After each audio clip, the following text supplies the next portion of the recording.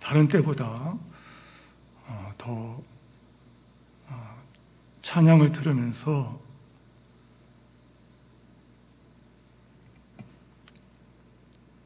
그 어떤 마음이랄까요? 세상적인 용어로 쓴다면은 그 비장한 마음이랄까요?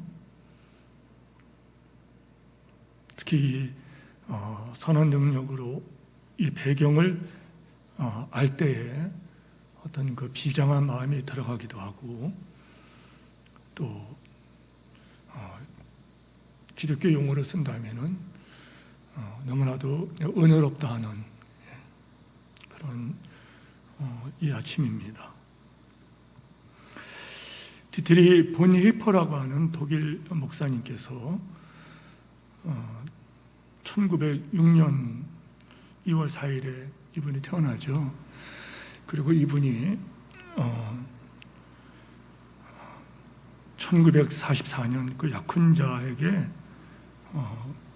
그 세계 제2차 때 그 히틀러에게 이분이 그 순교를 당하게 되는데, 이분이 그 성탄절 앞두고 감옥에서 사랑하는 그 약혼자에게 편지를 보낸 그 내용이 바로 이 글입니다.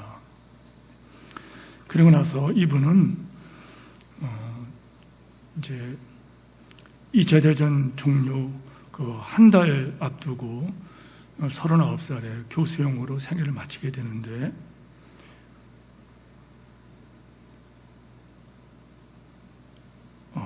그 사도 바울도 그런 얘기를 하죠. 내가 떠날 기약이 가까웠도다. 사도 바울이 그런 얘기를 합니다. 내가 떠날 기약이 가까웠도다. 그러면서 이것을 성경을 쓰는 이유는 너희를 더욱 생각나게 하려 함이라. 그러면서 성도들로 하여금 믿음을 버리지 말라. 이제 그런 서신을 보내게 되죠. 여기 이 디트리히트 본히퍼 이 목사님도 39살이라는 짧은 생애로 세상을 마감하지만은 목숨을 잃을 것을 뻔히 알면서도 이분은 오히려 하나님의 선한 능력으로 보호를 받고 있고, 앞으로 일어날 모든 일들에 대해서도 이분은 하나님께 모든 걸 맡기면서 하나님 앞에 더 가까이 가고 나중에는 하나님의 품에 이렇게 맡기게 됩니다. 생애를 순교를 하심으로 생애를 맡기게 됩니다. 지금 우리가 이 코로나 팬데믹 이 시대에 많은 단체들, 또 많은 그 연구소들이 국내 또 국제적으로, 국내적으로 어떤 사회 변화에 대해서 전망을 많이 하고 있는 거 여러분 아시죠? 특히 경제 전망을 이렇게 사람들이 관심이 많으니까 전망을 하고 있는데, 점점 참 어렵다 이런 말을 하고 지표를 이렇게 말합니다. 전망은 어디까지나 전망이죠. 왜 이런 말을 쓰냐면은 이 세상은 항상 전망대로 되지 않았기 때문입니다. 세상은 변수라는, 수학의 변수라고 하는 것이 있죠. 그 수학에서 변수가 들어오면 그 결과값이 달라지지 않습니까? 이 세상에서는 우리가 계산하지 않았던 이 코로나라고 하는 변수가 이렇게 생겼어요. 그렇기 때문에 믿는 사람들은 전망과 지표는 어디까지나 그것은 전망이고 지표일 뿐이다. 세상 사람들은 전망을 보고 지표를 제시하면서 앞에 나갈 길을 예측하지만은 우리는 하나님의 섭리를 믿기 때문에, 여러분, 세상에서 소망이 아니라, 세상의 어떤 지표의 예측이 아니라 우리의 미래가 어떻게 될지 불투명 이럴 때에 우리는 무엇을 해야 될 것인가? 희망찬 미래를 확신할 수 없는 이 답답한 상황에서 정말 우리에게 필요한 것은 무엇일까? 오늘 말씀으로 여러분이 해답을 얻는 복된 시간 되기를 주님의 이름으로 축복합니다. 먼저 이 본문의 말씀을 보면은 미래 앞에 선 모세와 이스라엘 백성들에 대해서 말씀을 하고 있습니다. 장면이 그런 장면입니다. 미래를 바라보고 그 앞에 모세와 이스라엘 백성이 서 있습니다. 이 신명기 말씀에서 코로나 재난을 어떻게 지내야 하는지 우리가 배울 수 있기 때문에 이 신명기 말씀을 좀 살펴보는 것입니다. 불확실한 미래 앞에서 서 있는 우리의 모습이 마치 지금부터 3,500년 전에 있었던 출애굽한 이스라엘 백성들이 40년 광야 생활을 마치고 이제 가나안 땅에 들어가기 직전에 그들의 마음과 같지 않았을까? 이스라엘 백성들의 정황과 그들의 형편이 너무나도 우리와 같았을 것이라. 신명기 오늘 본문 말씀의 배경은 이제 이런 것입니다. 여러분 잘 아시지만은 광야에서 40년을 보낸 모세와 이스라엘 백성이 가나안 땅을 정복하기 위해서 바로 이제 들어가기 직전입니다. 하나님께서는 들어가라고 말씀하셨어요. 근데 그 들어가기 직전에 지난 40년 광야길의 삶을 돌아볼 때에 모세가 이스라엘 백성들에게 마지막 설교를 한 내용입니다. 지금 이스라엘 백성은 애굽 땅을 나온 지 40년 지났고 하나님 말씀대로 모세와 이스라엘 백성은 지금 가나안 땅이 보이는 느브산에 지금 그들이 와 있습니다. 여러분 이때 한번 생각해 보십시오. 설교를 준비하면서 본문을 몇 번 이렇게 읽어보면서 느브산 위에서 느브산이라고 하는 그 산에서 지금 모세가 있고 백성들이 지금 저 땅을 쳐다보고 있어요. 저 땅을 들어가면은 이제는 가나안에 들어가는 것입니다. 그때 하나님께서 약속하신 그 가나안 땅을 바라보고 있는 이스라엘 백성들의 그 마음이 어떠했을까? 기뻐서, 흥분해서, 감격스러워서 그들이 찬양에 터졌을까? 아니라는 것입니다.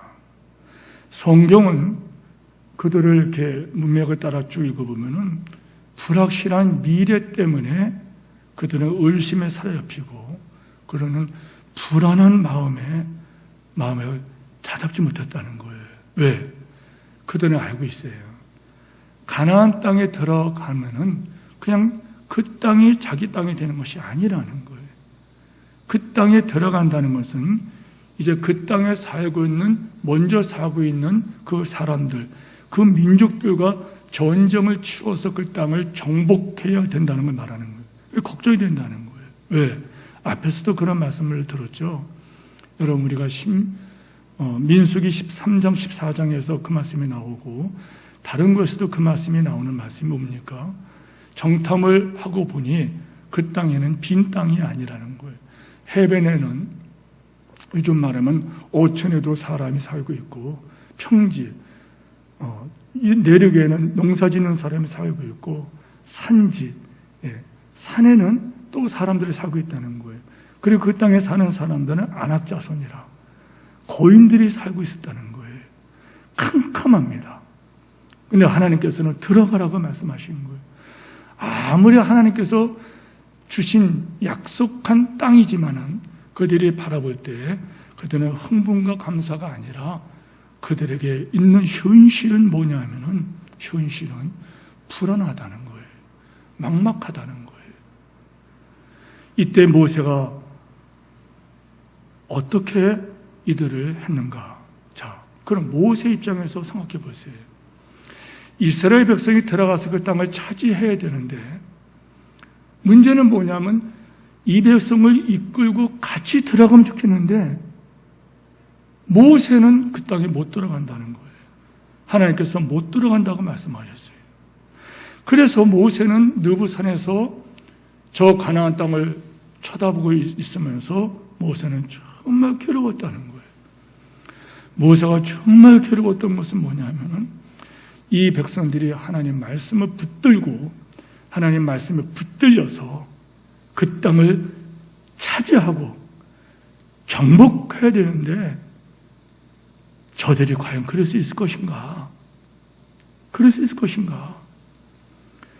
여러분, 모세는 40년 동안 이 백성과 지내면서 이 백성들의 정황, 이스라엘 백성들이 누구인지, 그들이 어떤 사람들인지 뼈저리게 느낀 사람이에요. 모세가 이스라엘 백성들을 호칭을 보면 어떻게 부르는지 보면 알 수가 있어요. 9장 6절에 보면은 이런 말씀이 있어요. 그러므로 네가 알 것은 네 하나님 여호와께서 네게 이 아름다운 땅을 기업으로 주신 것이 네 공의를 말미암이 아니라 너는 목이 곧은 백성이라. 무슨 말이에요? 너희가 믿음이 있고 너희가 하나님을 잘 믿고 하나님께 헌신했고 너희가 충성했고 이런 백성이 아니에요. 그것 때문에 이 땅을 준 것이 아니다. 그것 때문에 네가 그 땅을 차지한 것이 아니다. 너는 목이 곧은 백성이다. 무슨 말인가요? 여러분, 강팍하고 고집이 센 정말 악한 백성들이라는 거예요. 보세요. 그들은 누군가요? 여러분, 광야 출애굽기를 보면 화가 났다고 했어요. 아니, 40년, 무려 40년 동안이나 지날 때 하나님께서 그들에게 40년 동안 모든 것이 여러분 기적이었습니다. 40년 동안 여러분 광야라는 땅이 여러분 그것이 어떤 땅인가요? 광야 땅이에요. 광야 땅. 우리가 아는 것처럼 양식이 있습니까? 먹을 물이 있습니까? 거기에 뭐 공장이 있습니까? 농토가 있습니까? 아무것도 광야길이요. 지나가는 땅이에요. 40년 그 기간은 곧 기적의 시간이었대요. 모든 것이 은혜요 기적의 상황이었어요. 그걸 다 체험했어요. 그런데 그들은 가는 길마다 상황마다 사건마다 그들은 뭐예요? 불평하고 원망했다는 거예요. 그들은 목이 굳은 백성이었어요. 기적을 베풀어 주실 때는 좋아라 감사했지만 그 순간에 좀 지나면은 어떤 상황이 어려워지면은 어떻게 해요?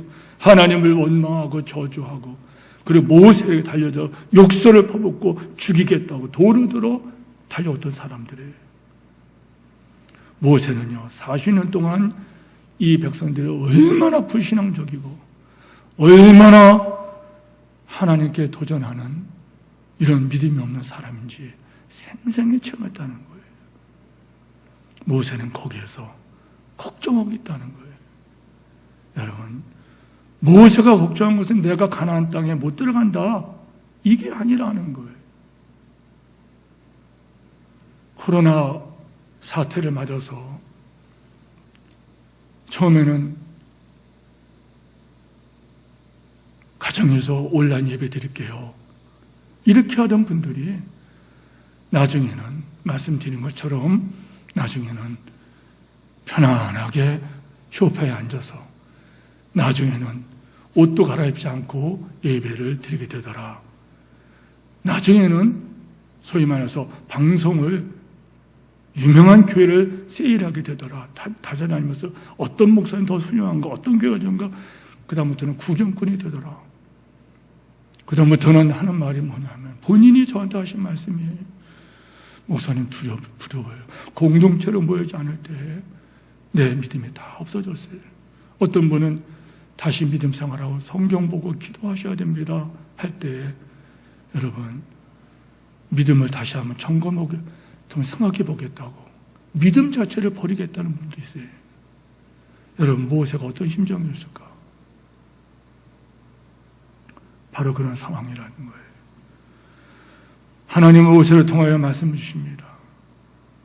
여러분 모세는 죽음을 앞두고 있어요. 지금 너는 여기 느보산에서 여기서 죽는다. 너는 여기 못 돌아간다. 그럴 때 모세의 마음에 찢어지는 마음이라는 거예요. 모세를 통해 하나님께서는 설교를 하게 하십니다. 그것이 바로 신명기예요. 신명기는 모세의 설교문입니다. 모세가 마지막으로 처절한 마음을 가지고 하나님 백성들에게 몸부림을 치면서 고백을 설교한 것이 바로 신명기라는 거예요. 여러분, 이 시간에 우리는 모세의 설교를 통하여 이 코로나 재난의 시대에 하나님의 음성을 동일하게 듣는 여러분 되기를 축원합니다. 불확실한 미래 앞에 우리가 서 있다는 거예요, 지금. 예.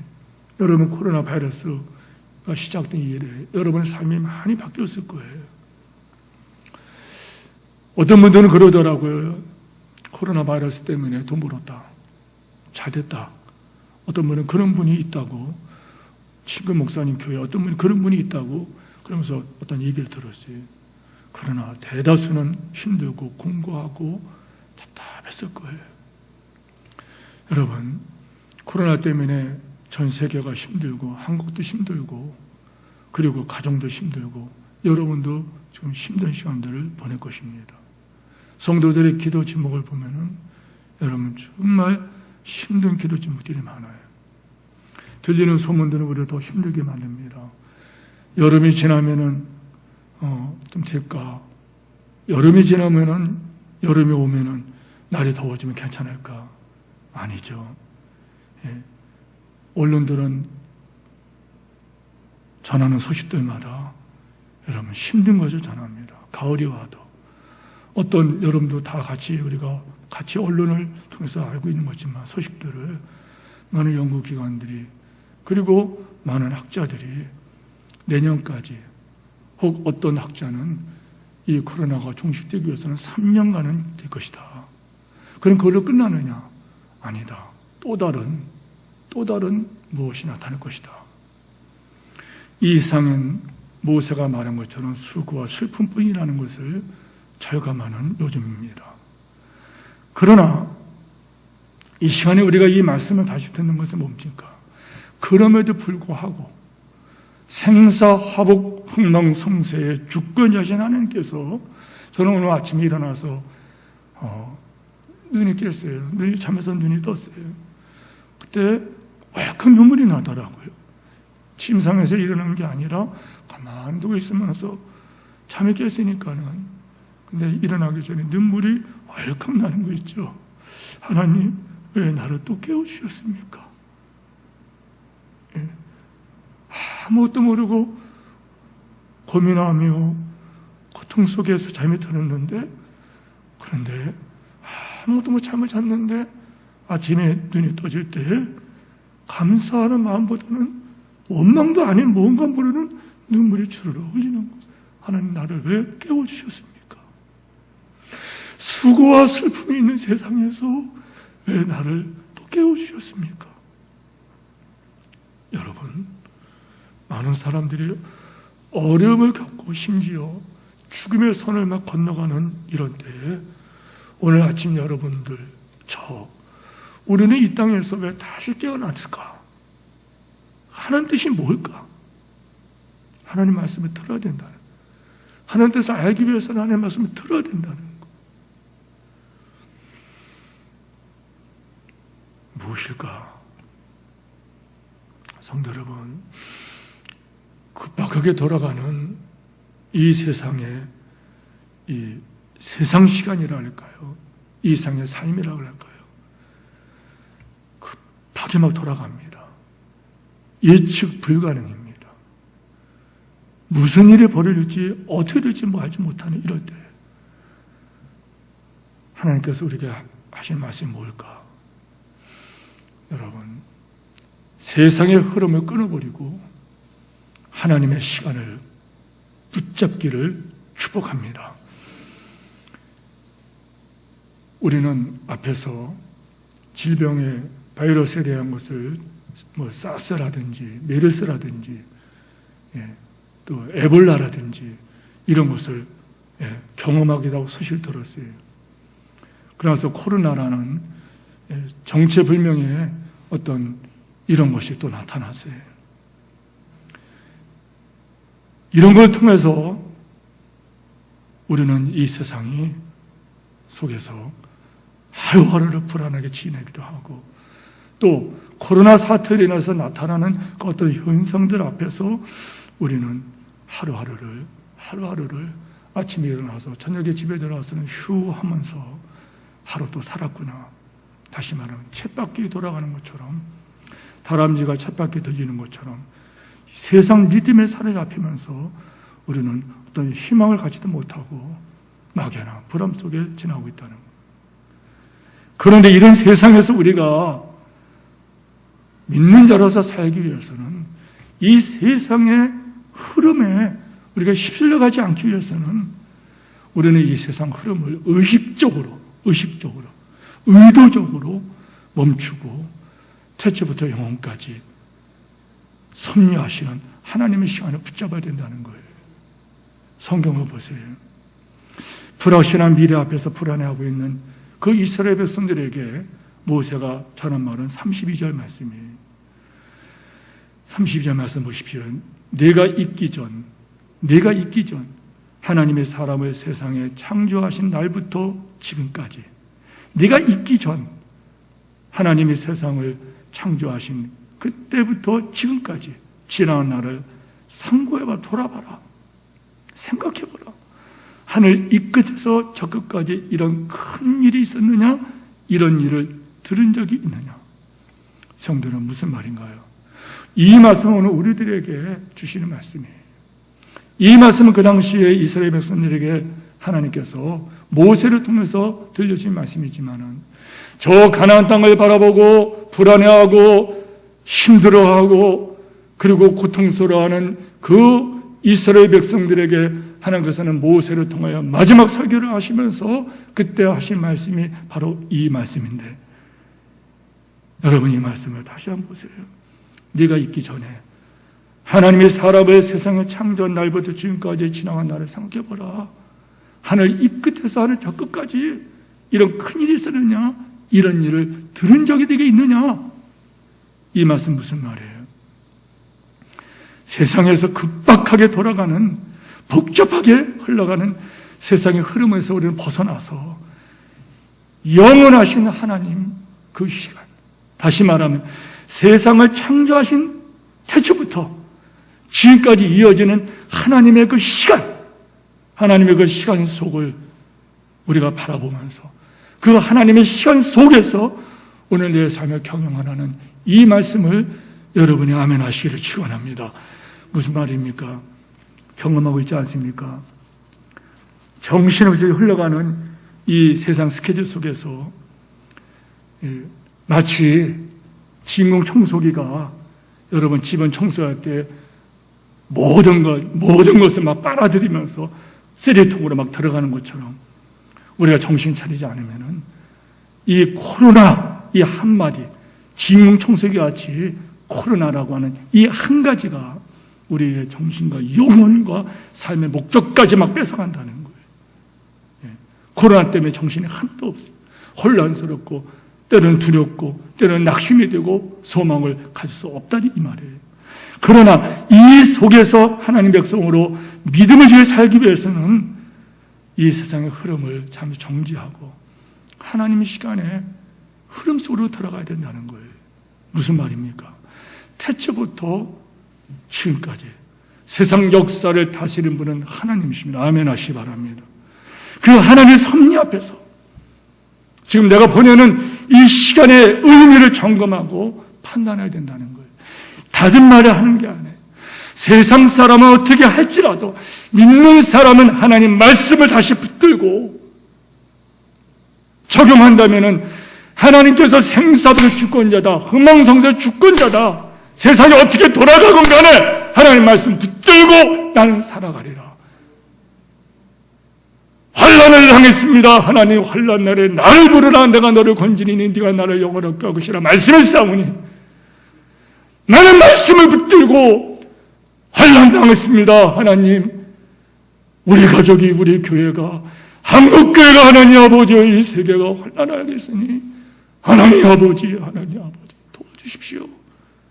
이러면서 하나님 말씀으로 우리의 생애가 경영되어야 된다는 거예요. 예를 들면 이런 거예요. 드라마를 볼 때 드라마에 푹 빠져가지고 드라마 선생이 드라마 내용이 우리를 가르치는 대로 그런 거야 이게 아니라 드라마를 보는 그 순간에도 거기에 빠져드는 것이 아니라 하나님 말씀으로 그래 해석하면서 하나님께서는 저런 상황에서 이렇게 말씀하셨지. 이런 사건 속에서 하나님께서는 이렇게 하라고 말씀하신 거야. 그래서 우리는 틀린 것은 틀렸다고 할 수 있고, 하나님 보시기에 어떤지, 하나님 보시기에 하나님의 그 관점, 하나님 보시기에 어떤 것이 옳은 것인지 판단하고 하라는 거예요. 제가 좋아하는 말이 있어요. 전에도 이 말씀을 여러분에게 소개했는데 누가 한 말은 모르겠어요. 그런데 우리는 지나가는 것이 아니다. 잘 살든 못 살든 그 하루라는 것은 하나님 앞에 쌓여지는 것이다. 먼 훗날 아니요, 먼 훗날이 될지 언제인지 모르죠. 우리 스스로의 자신의 시간을, 우리들의 시간을 하나님의 기준으로, 하나님의 관점으로 내가 지금 보내고 있는 시간과 내가 하고 있는 모든 것을 하나님의 기준과 말씀으로 심판을 내가 미리 하지 않으면 훗날에 내가 말한 거와 내가 행동한 것이 하나님 앞에서 다 드러나게 돼서 그때 크게 후회하게 된다는 거예요. 성도는, 그래서 우리는 주님의 심판이 있기 전에 먼저 내가 보내고 있는 그 시간, 허락한 시간에 이렇게 써도 되는 것인가? 허락하신 물질을 이렇게 써도 되는 것인가? 허락하신 건강을 이렇게 써도 되는 것인가? 허락하신 달란트들을 내가 이렇게 사용해도 되는 것인가? 이런 것을 하나님 말씀으로 점검해야 된다는 거예요. 코로나로 점검하는 것이 아니라, 죽을까 봐 두려워하면서 점검하는 것이 아니라, 사람들이 이러니까 하는 것이 아니라, 그것이 기도 생활이고 말씀 묵상이고 예배이고 전도이고 거기서 고백된 삶이 희생 있는 삶의 열매라는 거예요. 여러분 여기 자리에 오신 것, 여러분 예배를 드리지 말라고 하는 이런 행정명령, 선한 뜻으로는 옳은 것입니다. 방역을 위해서는 우리가 협력해야 되고, 이것이 내가 살 뿐만 아니라 다른 사람을 해를 끼치지 않은 선한 것, 우리는 협력해야 됩니다.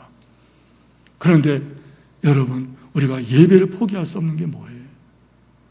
우리가 예배를 중단하지 못하는 이유가 뭐예요? 이 세상 흐름 속에서 진공청소기와 모든 걸 빨아들이는 것처럼 코로나라고 하는 이 상황 속에서 우리의 온통 생각과 말과 행동이 정지되는 이런 때에 성도 여러분, 다시 한번 하나님 앞에서 여러분의 삶이 점검되고 삶이 결단되는 여러분 되기를 축원합니다. 느보산 정상에서 불확실한 미래를 바라보고 있는 이스라엘 백성들, 여러분 함께 서 있는 그 모세를 생각해 보세요. 모세가 바라볼 때 이 백성들은 저 땅으로 들어가야 되는데 이 백성들은 목이 곧은 백성들이에요.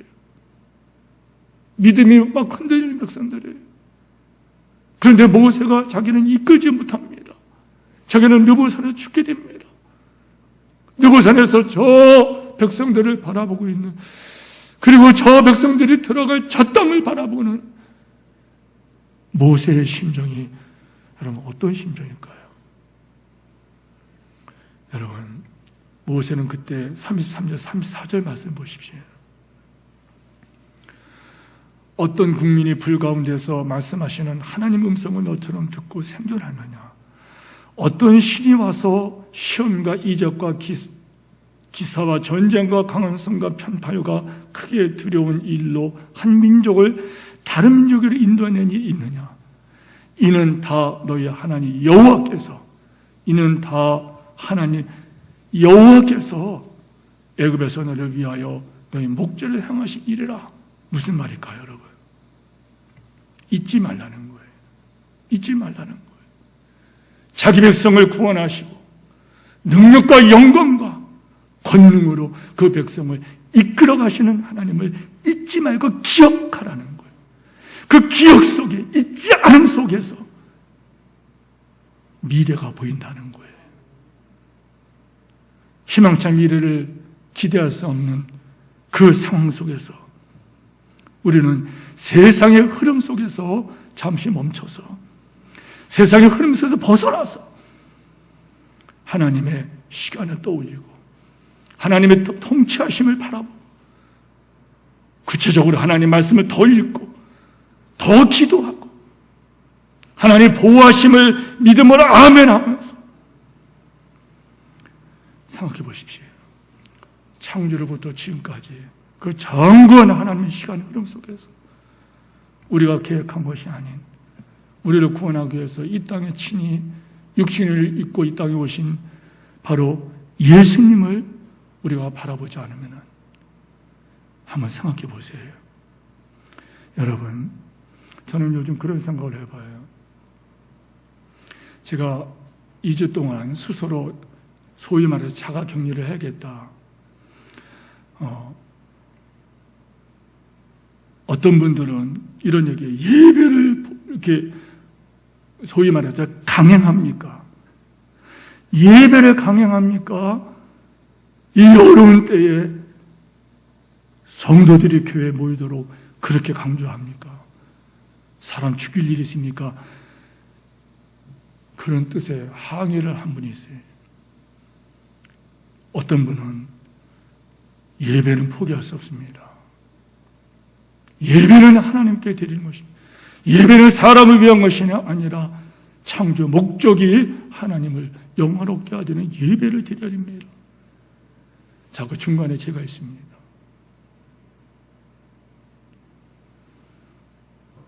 많은 생각들이 들어가요. 성도 여러분, 그러나 기억하십시오. 여러분, 하나님께서 독생자 예수를 보내주심으로 여러분을 구원하신 것을 믿는다면 구원받은 이후의 삶은 내가 나를 주장하는 것이 아니라 하나님의 주권 가운데 있음을 아멘하시기 바랍니다. 하나님을 사랑하는 자, 곧 그 뜻대로 부르심을 입은 사람들에게는 모든 것이 합력하여 선이 이루어지니라. 할렐루야. 무의미하게 흘러가는 순간 속에서도 의미가 있고 아무 소망이, 아무 희망이 보이지 않는 이 미래에 대해서 희망을 노래하며 하나님을 찬양할 수 있는 것은 다른 것이 아니에요. 하나님께서 나를 구원하기 위해서 예수 그리스도의 보배로 핏값으로 나를 구원하기 위해 나를 성령하셨다면 이후의 삶은 하나님께서 나를 이끌어 가시리라. 이 믿음이 여러분을 평안을 주시기를 축원합니다. 성도 여러분, 한번 보십시오. 세상의 거친 흐름 속에서 여러분 우리가 지금 살고 있어요. 다시 말하면 하나님께서 거친 세상 속에 우리를 던져놓으셨다는 거예요. 코로나를 왜 허락하셨을까요? 많은 해석이 있을 거예요. 많은 어떤 이유들이 말합니다. 중국에서 만든 것이다. 또 만들 것이다. 이런 것부터 시작해가지고 어제까지가 진실인지 모르는 많은 이야기들. 그러나 분명한 것은 코로나가 있다는 거죠. 이 세상 속에서 특별히 여러분 천주교도 불교도 동성애 찬성하고 차별금지에 찬성하고 그리고 일부 좌파 신학들 기장측 이런 사람들 차별금지법 찬성입니다. 동성애 소수 인권 찬성입니다. 이럴 때 성경을 믿는 바로 우리들 하나님은 살아계시고 하나님은 지금 이 성경 가지고 지금도 동일하게 말씀하신다. 예수 그리스도는 어제나 오늘 영원토록 동일하신 분이시다. 이것을 믿는 성도들, 이 성도들은 하나님 말씀에 붙들려서 우리는 좁은 길을 갈 수밖에 없다는 거예요. 제가 주보에다가 글을 써놨습니다. 이게 설교 결론입니다. 성도 여러분, 세상은 우리가 하는 일을 안 알아줍니다. 알아주질 않습니다. 그러나 하나님은 알아주십니다. 세상적으로 볼 때는 뭔 예배를 그렇게 드려야 되느냐? 좀 잠잠했다가 좀 예배를 드리면 안 되느냐? 어제 여러분도 보셨겠지만은 불교, 천주교, 기독교 대표적인 우리나라 3대 종교 가운데 기독교에 대한 호감도가 이번 1년도 아주 떨어졌다는 거예요. 코로나 시대에 무슨 예배를 주장하느냐? 그 고집을 부르느냐? 예배를 강행하느냐? 세상 기준을 볼 때는 하찮은 일이고 보잘것없는 일이고, 그러나 하나님께서 보실 때는 그렇지 않다는 것. 예배에 목숨을 거는 것,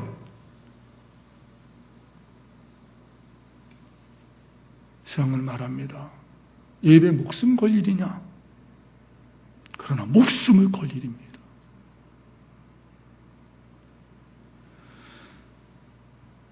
성도 여러분, 하나님은 지금 우리가 이 세상 거친 흐름 속에 홍수가 나와서 막 쓸어가는 것처럼 그 거친 흐름 속에 우리를 던져놓으셨다는 거예요. 왜 그러셨을까?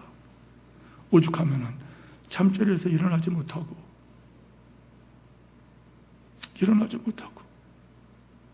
본당에 올라가면 텅텅 빈 그 현장을 보는 것이 두렵고 성도들의 믿음이 흔들리는 것을 보면서 잠을 못 자는, 왜 하나님께서 이 세상의 거친 흐름 속에 우리를 던져놓으셨을까? 왜 코로나를 허락하셨을까?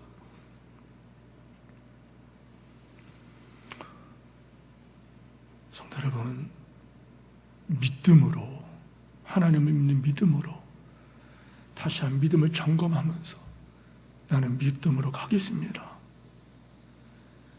하나님께서 우리를 연단하시고 더 성숙시키시고 네 믿음이 진짜냐 가짜냐 하는 것을 보여주실 때에 하나님 앞에서 내 믿음은 이렇습니다.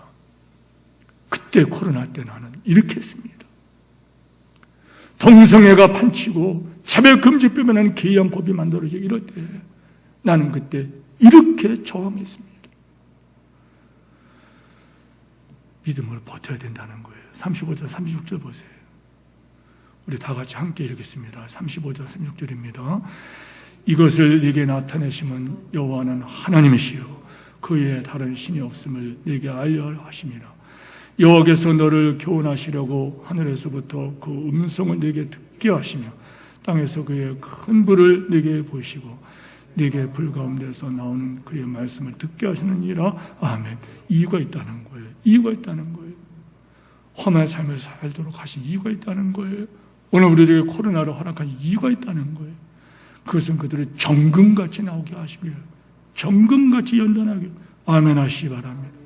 정신없이 거치게 흘러가는 이 코로나라는 이 전대 미문의 어떤 이런 거친 이 세상의 흐름 속에서 하나님께서 어떻게 하십니까? 두 가지입니다. 정금같이 나오게 하려고 한다. 정금같이 나오게 하려고 한다. 코로나가 우리에게 교훈이 된다는 거예요.